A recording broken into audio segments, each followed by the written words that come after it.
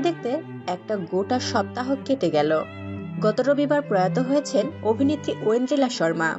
মাত্র ২৪ বছর বয়সে না ফেরার দেশে চলে গিয়েছেন জীবন কাঠির এই অভিনেত্রী। ছোট মেয়ের অকাল মৃত্যুর ধাক্কা সামলে উঠতে পারছে না পরিবার। ঐন্দ্রিলার মৃত্যুর পর সোশ্যাল মিডিয়াকে বিদায় জানিয়েছেন সব্যসাচী।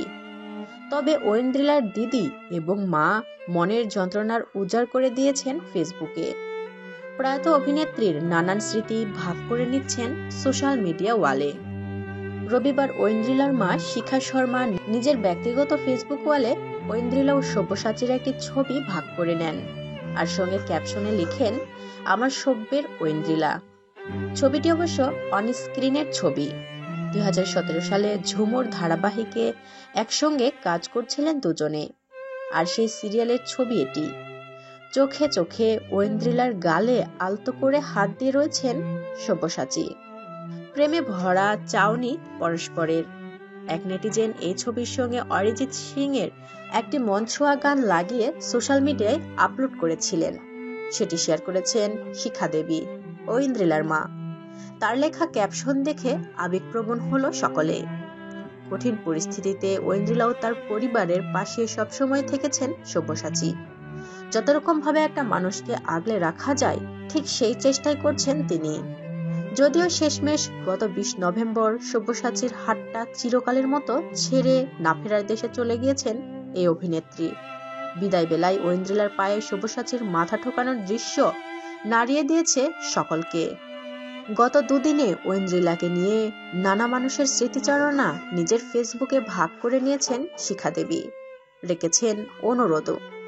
হ্যাপি পেরেন্টস ডেতে ঐন্দ্রিলা হাজির হয়েছিল, সেই ভিডিও দেখতে চেয়েছেন। তার কথায়, এগুলো নিয়েই তো বাকি জীবনটা বাঁচতে হবে। শনিবার ঐন্দ্রিলার দিদি ঐশ্বর্য বোনের ছোট একটি ভিডিও পোস্ট করেন। সেখানে একটি ক্যাফেতে ঐন্দ্রিলার দেখা মিলেছে। ভিডিওটিতে প্রয়াত অভিনেত্রীর মা শেয়ার করে লেখেন, এই হাসি, এই মুখটা দেখেই তো বেঁচে থাকবো বাকি জীবন। এছাড়াও প্রেমিকা বান্ধবী ঐন্দ্রিলা শর্মার মৃত্যুর পর এই প্রথমবার মুখ খুলেছেন অভিনেতা সব্যসাচী চৌধুরী। সম্প্রতি গণমাধ্যমকে দেওয়া এক সাক্ষাৎকারে ঐন্দ্রিলা প্রসঙ্গে বলতে গিয়ে আবেগপ্রবণ হয়ে পড়েন এই অভিনেতা। কেঁদে ফেলেন তিনি। বলেন, নিজে চোখে চলে যেতে দেখেছি ওকে। বলতে গিয়ে কেঁদে ফেলেন এই অভিনেতা। এরপর আর কিছুই বলতে পারেননি তিনি। গত বছর ফেব্রুয়ারি মাসে দ্বিতীয়বারের জন্য ঐন্দ্রিলার শরীরে ফিরে এসেছিল মারণ রোগ ক্যান্সার।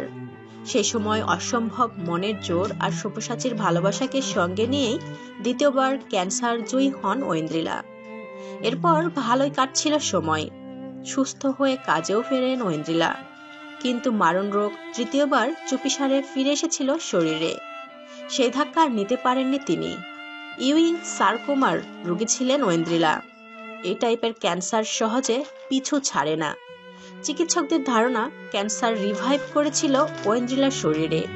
তা আচমকা মাথায় ছড়িয়ে যাওয়াতেই গত ১ নভেম্বর ব্রেন স্ট্রোকে আক্রান্ত হন ঐন্দ্রিলা। এরপর কোমায় চলে যান এই অভিনেত্রী। দীর্ঘ ২০ দিন আপ্রাণ লড়াই চালিয়েও মৃত্যুর কাছে হেরে যান অভিনেত্রী ঐন্দ্রিলা শর্মা।